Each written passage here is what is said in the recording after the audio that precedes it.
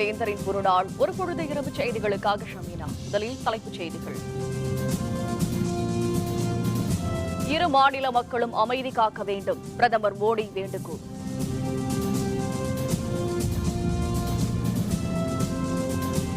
உச்சநீதிமன்ற உத்தரவை தொடர்ந்து செயல்படுத்துவோம், அமைச்சரவை கூட்டத்துக்கு பிறகு சித்தராமையா தகவல். கர்நாடகத்தில் தமிழர்களுக்கு எதிராக தொடரும் வன்முறை, லாரி ஓட்டுநரை அரைநிர்வாணப்படுத்தி தாக்குதல்.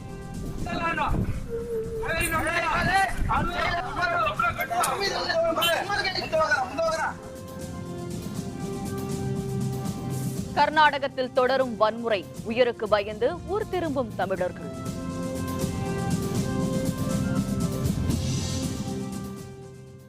தமிழக மற்றும் கர்நாடக மக்கள் அமைதி காக்க வேண்டும் என்று பிரதமர் நரேந்திர மோடி வேண்டுகோள் விடுத்துள்ளார். இது தொடர்பாக அவர் தனது ட்விட்டர் வலைப்பக்கத்தில் கருத்து தெரிவித்துள்ளார். காவிரியில் நீர் திறந்துவிட வேண்டும் என்ற உச்சநீதிமன்ற உத்தரவை அடுத்து கர்நாடகத்தில் தமிழர்களுக்கு எதிரான வன்முறை கட்டவிழ்த்து விடப்பட்டிருக்கிறது. இந்நிலையில் பிரதமர் மோடி கர்நாடகத்தில் நடைபெறும் வன்முறை சம்பவங்கள் கவலை அளிப்பதாக தெரிவித்துள்ளார். வன்முறை என்பது பிரச்சினைக்கு தீர்வாகாது என்று குறிப்பிட்டுள்ள பிரதமர் மோடி பேச்சுவார்த்தை மூலமாக பிரச்சினைக்கு தீர்வு காண வேண்டும் என்றும் வேண்டுகோள் விடுத்துள்ளார். இரு தரப்பிலும் அமைதி நிலவ வேண்டும் என்று வேண்டுகோள் விடுத்துள்ள மோடி, நாட்டின் நலனே முக்கியம் என்றும் இரு மாநில மக்களும் பொறுப்பை உணர்ந்து நடந்து கொள்ள வேண்டும் என்றும் வலியுறுத்தியுள்ளார். கர்நாடகத்தில் வன்முறை நீடிப்பதை அடுத்து முதல்வர் சித்தராமையா தலைமையிலான அமைச்சரவை கூட்டம் இன்று நடைபெற்றது. கூட்டத்தில் காவிரி பிரச்சினையில் உச்சநீதிமன்றத்தின் உத்தரவை தொடர்ந்து அமல்படுத்துவது என முடிவெடுக்கப்பட்டது. காவிரி நதிநீர் பங்கீடு தொடர்பாக உத்தரவிட்ட உச்சநீதிமன்றம் தமிழகத்திற்கு வரும் 20ஆம் தேதி வரை தண்ணீர் திறக்க வேண்டும் என உத்தரவிட்டது. இதனையடுத்து பெங்களூருவில் வன்முறை சம்பவங்கள் அதிகரித்துள்ளன. கர்நாடக மாநிலம் முழுவதும் பதற்றமான சூழ்நிலை ஏற்பட்டுள்ளது. இதுபற்றி விவாதிக்க முதல்வர் சித்தராமையா தலைமையில் மாநில அமைச்சர்கள் மற்றும் உயர் அலுவலர்கள் கலந்து கொண்ட ஆலோசனை கூட்டம் இன்று நடைபெற்றது. 2 மணி நேரத்திற்கு மேல் நடைபெற்ற கூட்டத்தில் காவிரி பிரச்சினையில் உச்சநீதிமன்ற உத்தரவை அமல்படுத்த முடிவு செய்யப்பட்டது. சட்ட ஒழுங்கு பிரச்சினையை கட்டுக்குள் கொண்டுவர நடவடிக்கை எடுப்பதென்று முடிவெடுக்கப்பட்டது. மேலும் சித்தராமையா தலைமையில் நாளை கர்நாடக அமைச்சர்கள் பிரதமர் நரேந்திர மோடியை சந்திப்பது என்றும் கூட்டத்தில் முடிவெடுக்கப்பட்டது. கர்நாடகத்தில் கலவர கும்பலை நோக்கி காவல்துறை நடத்திய துப்பாக்கிச் சூட்டில் பலியானவர்களின் எண்ணிக்கை 2ஆக உயர்ந்துள்ளது. பெங்களூருவின் எக்கனஹள்ளி பகுதியில் கலவரக்காரர்கள் மீது காவல்துறை நேற்று கண்ணீர் புகை குண்டுகளை வீசி துப்பாக்கிச்சூடு நடத்தியது. அதில் மகடி பகுதியைச் சேர்ந்த உமேஷ் என்பவர் பலியானார். 7 பேர் காயமடைந்தனர். காயமடைந்தவர்களில் சிகிச்சை பலனின்றி குமார் என்பவர் இன்று உயிரிழந்தார். இந்நிலையில் மாண்டியா உள்ளிட்ட பகுதிகளில் ஏராளமான ராணுவத்தினர் குவிக்கப்பட்டனர். மக்களுக்கு அச்சத்தை போக்கும் வகையில் கொடி அணிவகுப்பும் நடைபெற்றது.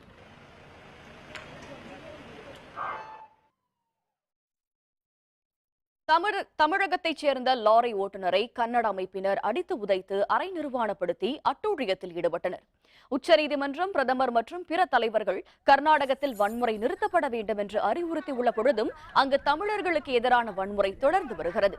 பெங்களூருவில் உள்ள சித்திரதுர்கா பகுதியில் தமிழக பதிவெண் கொண்ட லாரி ஒன்றை கன்னட ரக்ஷா வேதிகா என்ற அமைப்பினர் தடுத்து நிறுத்தினர். அந்த ஓட்டுநரை வண்டியிலிருந்து கீழே இறக்கி காவிரி கர்நாடகத்துக்கே சொந்தம் என்று முழக்கமிடும்படி வலியுறுத்தினர். அதற்கு அந்த ஓட்டுநர் மறுப்பு தெரிவித்த நிலையில் அவருடைய லுங்கி சட்டையை கிழித்து அவரை அடித்து அரை நிர்வாணப்படுத்தி கடுமையாக தாக்கினர். மேலும் லாரியின் கண்ணாடிகளையும் முகப்பு விளக்குகளையும் கன்னட வெறியர்கள் அடித்து நொறுக்கினர். இந்த தாக்குதல் தமிழர்கள் மத்தியில் கடும் கொந்தளிப்பை ஏற்படுத்தியுள்ளது.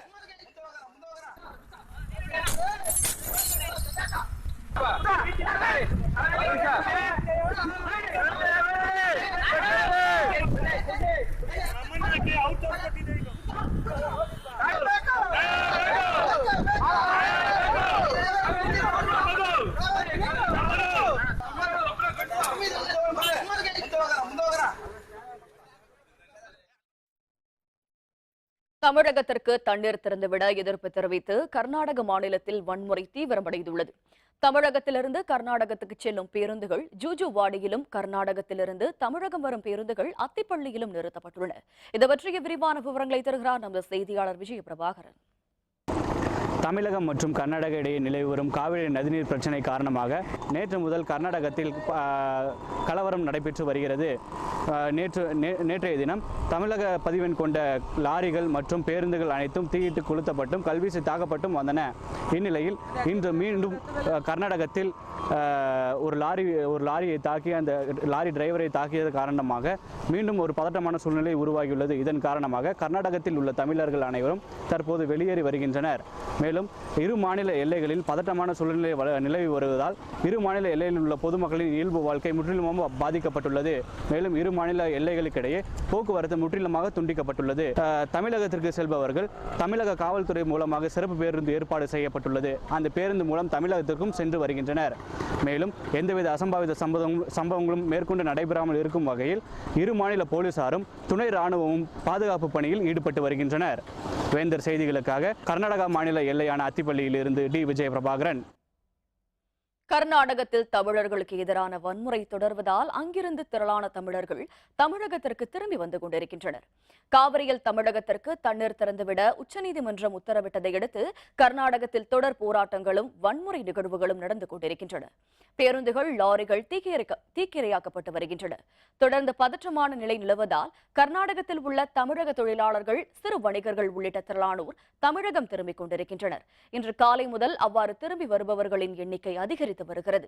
தங்கள் உயிருக்கு உத்தரவாதம் இல்லாததால் வீடு திரும்ப முடிவெடுத்ததாக அவர்கள் கூறினர். அவ்வாறு திரும்பி வருபவர்களை கிருஷ்ணகிரி மாவட்ட காவல்துறையினர் தங்கள் வாகனங்களில் பாதுகாப்பாக அழைத்து செல்கின்றனர். தமிழ் கன்னடான்றது இல்லை, பொதுவாக எல்லா மக்களுக்கும் இது பாதிக்கப்படுது. இப்போ இதுக்கு தகுந்த அதிகாரிகள் இதுக்கு நடவடிக்கை எடுத்து எல்லாருக்கும் நல்லதாகிற மாதிரி பண்ணணும். பெண்கள், குழந்தைங்க வச்சுட்டு ரொம்ப பாதிக்கிறாங்க. பஸ் ஸ்டாண்டில் அங்கேயும் ரொம்ப அவசரப்படுறாங்க. ஒரு சாப்பாடு வசதி இல்லாமல் ரொம்ப கஷ்டப்படுறாங்க. இப்போது யார் ரெஸ்பான்சிபிலிட்டி பர்சன் இதுக்கு கேர் எடுத்துட்டு எல்லாருக்கும் ஒரு நல்ல இது பண்ணணும். காவிரி நீர் பிரச்சனையில் தமிழகத்திற்கு தர வேண்டிய நீரை பெற்றுத் தருவதில் மத்திய அரசு உறுதியாக உள்ளதாக மத்திய அமைச்சர் பொன் ராதாகிருஷ்ணன் தெரிவித்துள்ளார். மதுரையில் செய்தியாளர்களுடன் பேசிய பொன் ராதாகிருஷ்ணன் கர்நாடகத்தில் தமிழகத்துக்கு எதிராக நடத்தப்பட்டு வரும் தாக்குதலை கண்டித்தார்.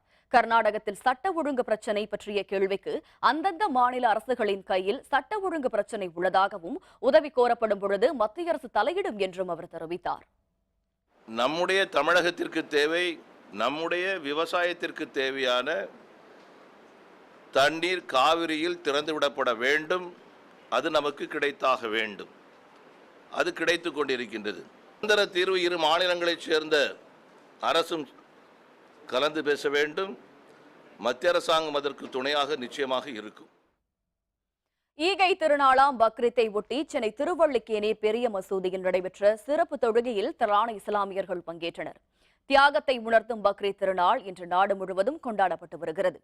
சென்னையில் பல்வேறு இடங்களில் உள்ள மசூதிகளில் இந்த சிறப்பு தொழுகைகள் நடைபெற்றன. திருவல்லிக்கேணி பெரிய மசூதியில் நடைபெற்ற சிறப்பு தொழுகையில் ஆற்காடு நவாப் உள்ளிட்ட பலர் பங்கேற்றனர். தொழுகை முடிந்ததும் இஸ்லாமியர்கள் ஒருவருக்கு ஒருவர் வாழ்த்துக்களை பரிமாறிக்கொண்டனர்.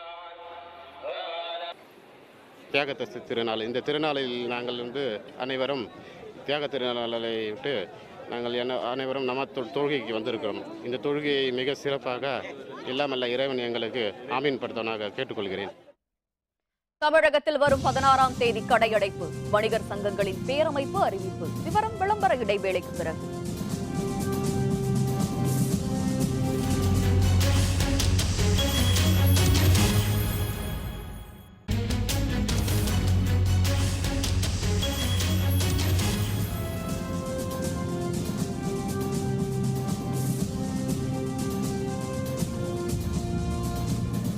செய்திகள் தொடர்கின்றன. திருவோண திருநாளை கொண்டாடும் மலையாள மொழி பேசும் மக்கள் அனைவருக்கும் தமிழக முதல்வர் ஜெயலலிதா வாழ்த்துக்களை தெரிவித்துக் கொண்டுள்ளார். முதல்வர் ஜெயலலிதா வாழ்த்துச் செய்தி ஒன்றை வெளியிட்டுள்ளார்.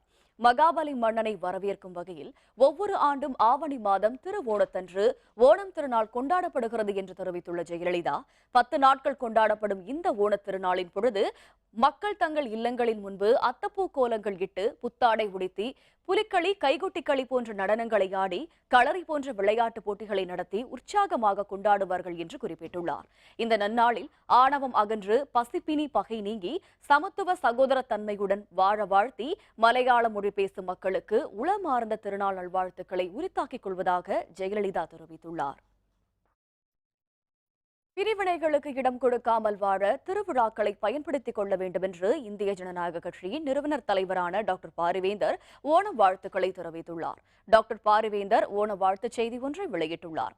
கேரள மாநிலத்தின் அறுவடை திருநாள் மலையாள மொழி பேசும் மக்களால் ஓணத்திருநாளாக மிகுந்த மகிழ்ச்சியுடன் கொண்டாடப்படுகிறது என்று தெரிவித்துள்ள டாக்டர் பாரிவேந்தர், கேரளத்தை ஆண்ட மகாபலி சக்கரவர்த்தி ஆண்டிற்கு ஒருமுறை தம் நாட்டை காண வருவார் என கருதி வாசலில் அத்தப்பூ கோலமிட்டு வரவேற்று மகிழும் நாள் இது என்று குறிப்பிட்டுள்ளார். இந்த நாளில் பசி, பிணி, பகை உணர்வு ஆகியன முற்றிலும் நீங்கி அன்பு, அமைதி, மனிதநேயம் செழித்தோங்க அனைவரும் பாடுபட வேண்டும் என்று தெரிவித்துள்ளார். அனைவரும் ஒன்றிணைந்து இந்தியன் என்ற உயர்ந்த சிந்தனையுடன் வாழ இதுபோன்ற திருவிழாக்களை பயன்படுத்திக் கொள்ள வேண்டும் என்றும் கூறியுள்ள டாக்டர் பாரிவேந்தர், மலையாள மொழி பேசும் அனைவருக்கும் தமது உளம் கனிந்த திருவோண திருநாள் வாழ்த்துக்களையும் தெரிவித்துள்ளார்.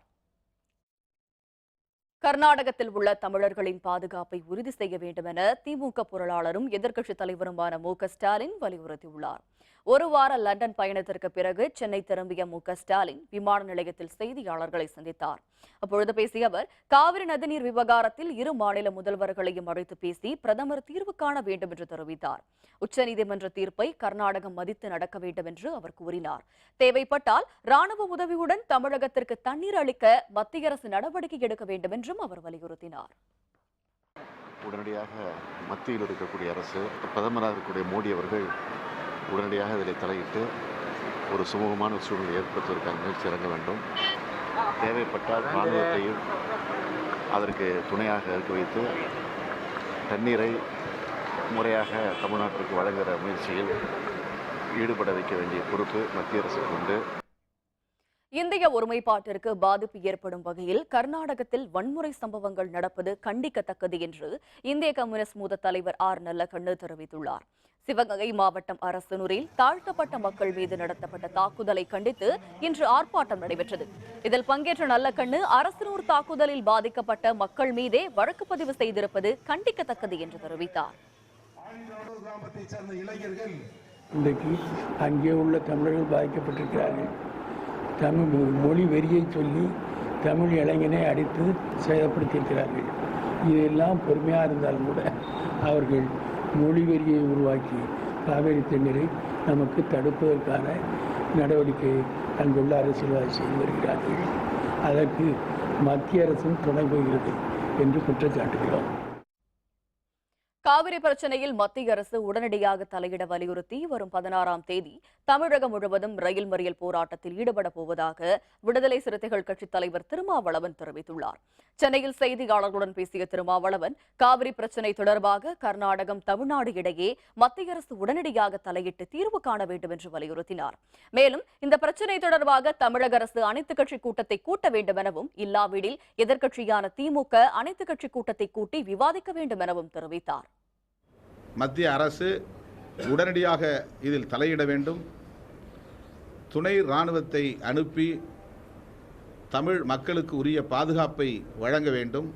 கர்நாடகாவில் ஏற்பட்டிருக்கிற பாதிப்புகளை கண்டிக்கிற வகையில் செப்டம்பர் 16ஆம் நாள் விடுதலை சிறுத்தைகளின் சார்பில் தமிழகம் முழுவதும் ரயில் மறியல் போராட்டத்தில் ஈடுபடுகிறோம்.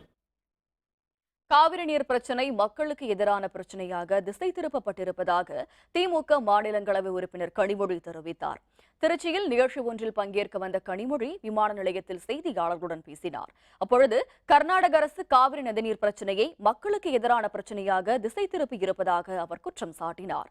மத்திய அரசு உடனே தலையிட்டு பிரச்சனைக்கு தீர்வு காண வேண்டும் என அவர் வேண்டுகோள் விடுத்தார். மேலும் நதிநீர் இணைப்பு திட்டத்தை உடனே செயல்படுத்த வேண்டும் எனவும், தமிழக அரசு இப்பிரச்சனை குறித்து அனைத்துக் கட்சி கூட்டத்தை கூட்ட வேண்டும் எனவும் கனிமொழி தெரிவித்தார். கட்டவிழ்த்து விடப்பட்டிருக்கக்கூடிய வன்முறையை கட்டுக்குள்ளே கொண்டு வரணும். தமிழர்கள் பாதுகாக்கப்பட வேண்டும். இது ஒரு நதிநீர் பிரச்சனையை மக்களுக்கு இடையிலான ஒரு பிரச்சனையாக மாற்றுவதை ஏற்றுக்கொள்ள முடியாது. மத்திய அரசாங்கம் நிச்சயமாக தலையிட்டு இங்கே அமைதி ஏற்படுவதற்கான வழியை முதல்ல அவங்க மேற்கொள்ள வேண்டும். அனைத்து விவசாய சங்கங்கள் சார்பில் வரும் 15ஆம் தேதி நடைபெறவுள்ள முழு அடைப்பு போராட்டத்தில் இந்திய யூனியன் முஸ்லீம் லீக் பங்கேற்கும் என அக்கட்சியின் மாநில தலைவர் காதர் மொய்தீன் தெரிவித்துள்ளார். திருச்சி ஈக்தா திடலில் நடைபெற்ற பக்ரீத் சிறப்பு தொழுகையில் கலந்து கொண்ட பிறகு செய்தியாளர்களுடன் பேசிய அவர், கர்நாடகத்தில் தமிழர்களுக்கு எதிராக நடைபெறும் வன்முறை சம்பவங்களை தங்கள் கட்சி வன்மையாக கண்டிப்பதாக தெரிவித்தார். சுப்ரீம் கோர்ட்டு தீர்ப்பையே எதிர்த்து பஸ் வைக்கிறது, ரோட மறியல் பண்ணுறது, கலாட்டா பண்ணுறது என்பது ஜனநாயகத்தில் நமக்கு ஏற்றுக்கொண்டிருக்கிற அரசியல் சட்டத்தை மதிக்க நாம் கற்றுக்கொள்ளவில்லை. விவசாய சங்களுடைய அந்த ஒவ்வொரு போராட்டத்திலும் இந்திய முஸ்லீம் லீக் சார்பில் உள்ள நாங்கள் தொடர்ந்து கலந்துக்கிட்டு தான் வர்றோம். அதை தொடர்ந்து இப்போவும் அவங்க சொன்ன இதுக்கு நான் கலந்துக்கிறோம். கர்நாடக அரசை கண்டித்து வரும் 16ஆம் தேதி கடையடைப்பு போராட்டம் நடத்தப்படும் என்று தமிழ்நாடு வணிகர் சங்கங்களின் பேரமைப்பு தெரிவித்துள்ளது.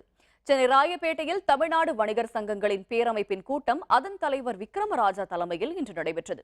கூட்டத்திற்கு பின் செய்தியாளர்களுடன் பேசிய அவர், காவிரி பிரச்சனையை முன்வைத்து கர்நாடக அரசை கண்டிக்கும் வகையில் வரும் 16ஆம் தேதி தமிழகம் முழுவதும் முழு கடையடைப்பு போராட்டம் நடத்தப்படும் என்றும், இது தமிழர்களின் உயிர்காக்கும் பிரச்சனை என்பதால் இந்த போராட்டம் நடத்தப்படுவதாகவும் அவர் தெரிவித்தார். இந்த வெள்ளிக்கிழமை கடை அடைப்பு போராட்டம், அதோடு வாகனம் நிறுத்தும் போராட்டம், லாரிகள் ஓடாது, பேருந்துகள் இயங்கக்கூடாது, ஆட்டோ ஓட்டுநர்கள் ஒத்துழைப்பு தர வேண்டும், சினிமா தியேட்டர் நடத்துகின்றவர்கள், பெட்ரோல் பங்க் நடத்துகின்றவர்கள் ஒத்துழைப்பு தர வேண்டும். வெள்ளிக்கிழமை காலை எங்காவது ஒரு டீ கிடைக்குமா என்று நோக்கினால் டீ கூட கிடைக்கக்கூடாத நிலையை வணிகர்கள் ஏற்படுத்துவதற்கு உணர்வோடு செயல்படுத்த காத்துக் கொண்டிருக்கிறார்கள். கர்நாடக அரசை கண்டித்து வரும் 20ஆம் தேதி ரயில் மறியல் போராட்டத்தில் ஈடுபட போவதாக அனைத்து விவசாயிகள் சங்க கூட்டமைப்பினர் தெரிவித்துள்ளனர். புதுக்கோட்டையில் அனைத்து விவசாயிகள் சங்க கூட்டமைப்பு மற்றும் விவசாய தொழிலாளர்கள் சங்க கூட்டமைப்பின் அவசர கூட்டம் இன்று நடைபெற்றது. இக்கூட்டத்தில் பல்வேறு கட்சிகளைச் சேர்ந்த விவசாய சங்க அமைப்பினர் கலந்து கொண்டனர். அப்பொழுது கூட்டத்தில் கர்நாடகாவில் தமிழர்களுக்கு எதிராக நடைபெறும் வன்முறைகளை கண்டித்தும், மேட்டூர் அணையை உடனே திறந்துவிட வேண்டும் என்றும் பல்வேறு தீர்மானங்கள் நிறைவேற்றப்பட்டது. இந்த கோரிக்கைகளை வலியுறுத்தி வரும் 20ஆம் தேதி புதுக்கோட்டையில் ரயில் மறியல் போராட்டத்தில் ஈடுபட போவதாகவும் தமிழ்நாடு விவசாயிகள் சங்க செயலர் மாதவன் தெரிவித்துள்ளார். கர்நாடகாவில் நடக்கிற அந்த கொடூர சம்பவங்களை கண்டிக்கிற வகையிலும், காவிரி பிரச்சனையை முற்றாக தீர்ப்பதற்கு காவிரி மேலாண்மை வாரியத்தையும் ஒழுங்காற்றுக் குழுவையும் அமைக்க வேண்டும் என்கிற கோரிக்கையை முன்வைத்தும் வருகிற 20ஆம் தேதி புதுக்கோட்டை ரயில் நிலையத்தில் பெரிய மறியலை நடத்தவிருப்பதாக இதன் மூலமாக நாங்கள் தெரிவித்துக் கொள்கிறோம். கர்நாடகத்தில் தொடர்ந்து லாரிகள் தாக்கப்படுவதற்கு ஒசூர் லாரி உரிமையாளர்கள் சம்மேளனம் கண்டனம் தெரிவித்துள்ளது. இதுகுறித்து செய்தியாளர்களுடன் பேசிய சங்கத்தின் மாவட்ட செயலர் சுப்பாராம், தமிழக லாரிகளுக்கும் லாரி ஓட்டுநர்களுக்கும் உரிய பாதுகாப்பு வழங்க வேண்டும் என்று கேட்டுக் கொண்டார். இந்த போராட்டத்தால் பல கோடி ரூபாய் வர்த்தகம் பாதிக்கப்பட்டுள்ளதாகவும், குறிப்பாக கர்நாடகம் கொண்டு செல்லப்படாததால் காய்கறிகள் வீணாகி வருவதாகவும் அவர் மேலும் தெரிவித்தார். கர்நாடகா பந்தனால ஏகப்பட்ட நஷ்டத்தில் நாங்கள் இருக்கிறோம். ஏன்னா நிறைய சரக்குகள் தேக்கமடைஞ்சு வச்சு, ஏன்னா இந்த சரக்குகளை கொண்டு போக முடியாத நிலைமையில் இருக்கிறோம். 200 வண்டிக்கு மேலே இது சேதமடைஞ்சு பல கோடி ரூபாய் எங்களோட பர்சனலாக லாரிக்கே நஷ்டமாகி போயிடுச்சு. இந்த மாதிரி ஒரு சுச்சுவேஷனில் எங்களுக்கு முழு பாதுகாப்பு வேணும். ஏன்னா இந்த நிலைமையை கர்நாடகா கவர்மெண்ட் சரி செய்யணும். முன்னாள் பிரதமர் ராஜீவ்காந்தி கொலை வழக்கில் சிறையில் உள்ள பேரறிவாளன் மீது தாக்குதல் நடத்தப்பட்டுள்ளது. வேலூர் சிறையில் உள்ள பேரறிவாளனை ஆயுள் தண்டனை கைதி ராஜேஷ் கண்ணா இரும்பு கம்பியால் தாக்கியுள்ளார். இதில் காயமுற்ற பேரறிவாளனுக்கு சிறை வளாகத்தில் உள்ள மருத்துவமனையில் சிகிச்சை அளிக்கப்படுகிறது. தலையில் காயம் ஏற்பட்ட அவருக்கு 6 தையல்கள் போடப்பட்டுள்ளன. சிறை நிர்வாகத்தின் மீதுள்ள கோபத்தால் சக கைதி பேரறிவாளனை தாக்கியுள்ளதாக தெரிகிறது. இது தொடர்பாக சிறைத்துறை அலுவலர்கள் விசாரணை மேற்கொண்டுள்ளனர். இதனிடையே பேரறிவாளனை அவருடைய தாய் அற்புதம்மாள் மற்றும் தந்தை குயில்தாசன் ஆகியோர் சந்தித்தனர். பின்னர் செய்தியாளர்களுடன் பேசிய அற்புதம்மாள், பேரறிவாளன் சிறையில் தாக்கப்பட்டதற்கும் சிறைத்துறைக்கும் எந்த தொடர்பும் இல்லை என்று தெரிவித்தார். பேரறிவாளன் தாக்கப்பட்டதில் சிறை கைதிகளும் வேதனையில் உள்ளதாக தெரிவித்த அற்புதம்மாள், பேரறிவாளனை பரோலில் விடும்படி முதல்வருக்கு மீண்டும் கோரிக்கை விடுத்தார். இதனிடையே வேலூர் சிறையில் கைதியின் தாக்குதலால் காயமடைந்த பேரறிவாளன் பலத்த பாதுகாப்புடன் வேலூர் அரசு மருத்துவமனைக்கு அழைத்துச் செல்லப்பட்டார். தலையில் காயத்துக்கு பேண்டேஜ் போடப்பட்ட நிலையில் காணப்பட்ட பேரறிவாளன் சக்கர நாற்காலியில் அமர்ந்த நிலையில் மருத்துவ பரிசோதனைக்கு அழைத்துச் செல்லப்பட்டார். அங்கு அவருக்கு அனைத்து விதமான சோதனைகளும் நடைபெற்று சிகிச்சை அளிக்கப்பட்டது. பின்னர் பலத்த பாதுகாப்புடன் மீண்டும் அவர் சிறைக்கு கொண்டு செல்லப்பட்டார்.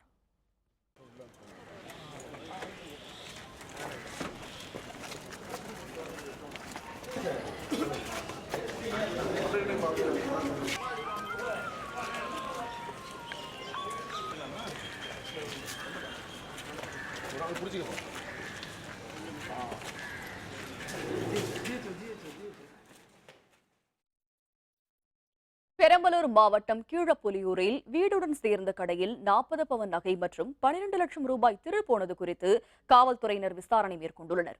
கதிரவன் என்பவர் அப்பகுதியில் மதுக்கடை நடத்தி வருகிறார்.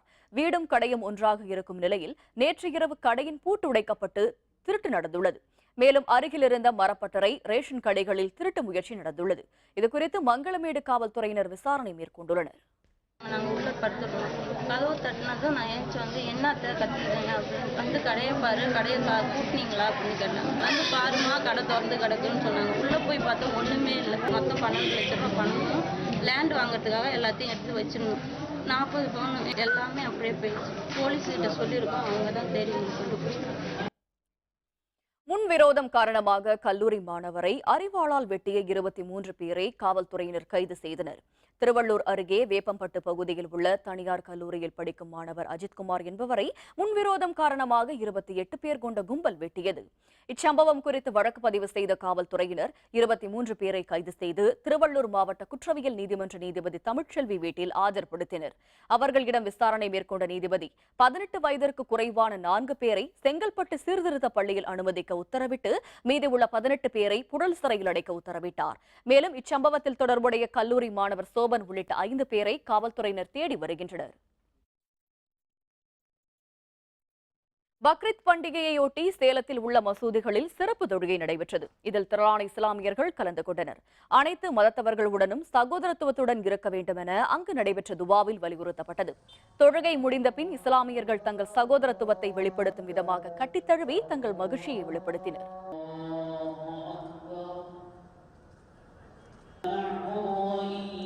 இஸ்லாமியர்களுடைய 5 கடமைகள் உண்டான ஹஜ் பெருநாள் என்று தமிழகம் மட்டுமல்லாமல் உலகம் முழுவதும் உள்ள முஸ்லிம் பெருமக்கள் இன்றைக்கு தியாக திருநாளை கொண்டாடி கொண்டிருக்கின்றார்கள். அனைத்து தரப்பு மக்களும் சகோதரத்துவத்துடன் வாழ வேண்டும் என்று அவர்களுக்கெல்லாம் இந்த சேலம் ஜாமியா மஸ்ஜித் ட்ரஸ்ட் சார்பின் நல்வாழ்த்துக்களை தெரிவித்துக் கொள்கிறேன்.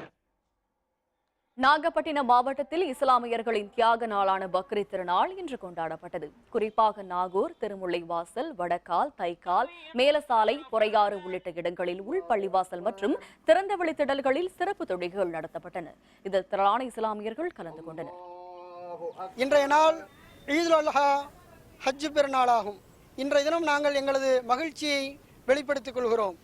இன்றைய தினம் அல்லாஹ்வுடைய கட்டளையில் ஒன்றான குர்பானி என்கின்ற ஒரு அமலை நாங்கள் நிறைவேற்றி அதுகொண்டு நாங்கள் எங்களது மகிழ்ச்சியை வெளிப்படுத்தி பெருமிதம் கொள்கிறோம். நடுக்கடலில் தத்தளித்த 300 அகதிகள் காப்பாற்றிய இத்தாலி கடற்படையினர். விவரம் விளம்பர இடைவேளைக்கு பிறகு.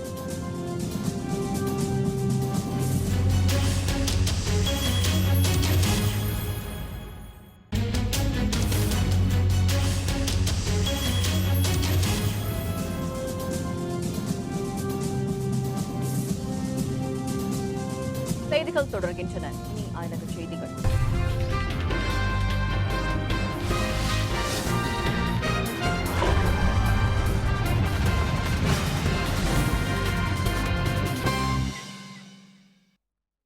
நடுக்கடலில் படகுகளில் தத்தளித்த 350க்கும் மேற்பட்ட அகதிகளை இத்தாலிய கடலோர காவல் படையினர் காப்பாற்றினர். சிரியா உள்ளிட்ட நாடுகளில் நடைபெற்று வரும் உள்நாட்டு போரினால் புலம்பெயரும் அகதிகள் ஐரோப்பிய நாடுகளில் தஞ்சம் புகுந்து வருகிறார்கள். இந்நிலையில் மெடிட்டேரியன் கடல் பகுதியில் படகுகளில் தப்பி சென்ற கடல் அலையில் சிக்கிய 350க்கும் மேற்பட்ட அகதிகளை இத்தாலிய கடற்படையினர் காப்பாற்றினர். கடந்த வாரம் மட்டும் 3000த்திற்கும் மேற்பட்ட அகதிகளை காப்பாற்றியுள்ளதாக இத்தாலிய கடலோர காவல்படை தெரிவித்துள்ளது. மீட்புப் பணியில் ஈடுபட்ட ஸ்பானிய கடலோர கப்பல் ரென்யா சோபியா 5 குழந்தைகள், 33 பெண்கள் உட்பட 400க்கும் மேற்பட்ட அகதிகளை காப்பாற்றியுள்ளது.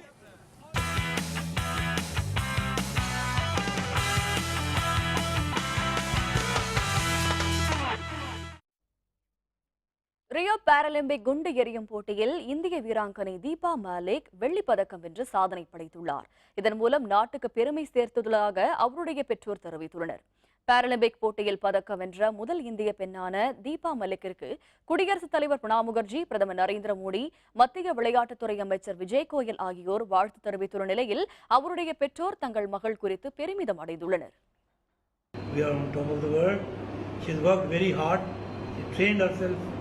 For the last 3-4 years, totally dedicated to sports, and at last she's made it. When she was going for the competition, she assured me, "Papa, I am going to rock and he has done it. மீண்டும் தலைப்புச் செய்திகள். இரு மாநில மக்களும் அமைதி காக்க வேண்டும், பிரதமர் மோடி வேண்டுகோள். உச்சநீதிமன்ற உத்தரவை தொடர்ந்து செயல்படுத்துவோம், அமைச்சரவை கூட்டத்திற்கு பிறகு சித்தராமையா தகவல். கர்நாடகத்தில் தமிழர்களுக்கு எதிராக தொடரும் வன்முறை, லாரி ஓட்டுநரை அரை நிர்வாணப்படுத்தி தாக்குதல்.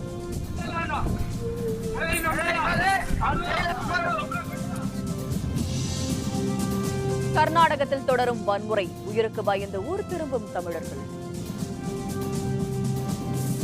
இத்துடன் வேந்தரின் ஒரு நாள் ஒரு பொழுது இரவு செய்திகள் நிறைவடைந்தன. மீண்டும் இரவு 10 மணிக்கு கண்ணுறங்கும் வேளை இரவு செய்திகளில் சந்திப்போம். வணக்கம்.